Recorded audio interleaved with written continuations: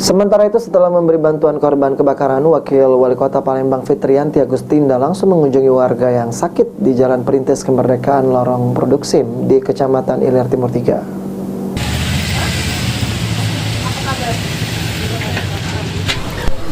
Setelah mengunjungi korban kebakaran, Wakil Wali Kota Palembang Fitriyanti Agustinda mengunjungi warga yang sakit di Jalan Perintis Kemerdekaan Lorong Produksim, Kecamatan Ilir Timur 3, Kota Palembang, didampingi pemerintahan setempat dan puskesmas.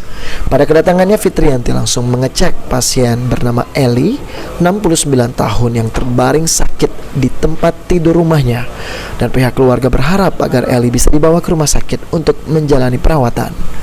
Fitriyanti mengatakan jika pemerintah Kota Palembang akan membawa Eli secepatnya ke rumah sakit dan memastikan terlebih dahulu bahwa rumah sakit umum sudah siap, baru pasien akan dibawa.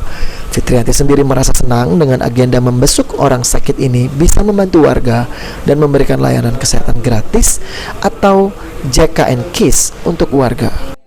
Saya kembali mengunjungi salah satu warga Kecamatan IT 3, Kelurahan Duku, atas nama Ibu Eli yang kondisinya memang sudah kita lihat sama-sama ya, mengalami stroke di usia hampir 70 ya, 60 sekian.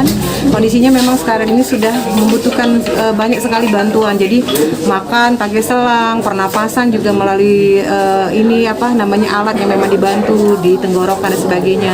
Karena kondisinya semakin kita lihat semakin menurun, maka pihak keluarga meminta bantuan dari pemerintah kota agar bisa dibawa ke rumah sakit umum, asalkan rumah sakit umum yang betul-betul memang sudah siap.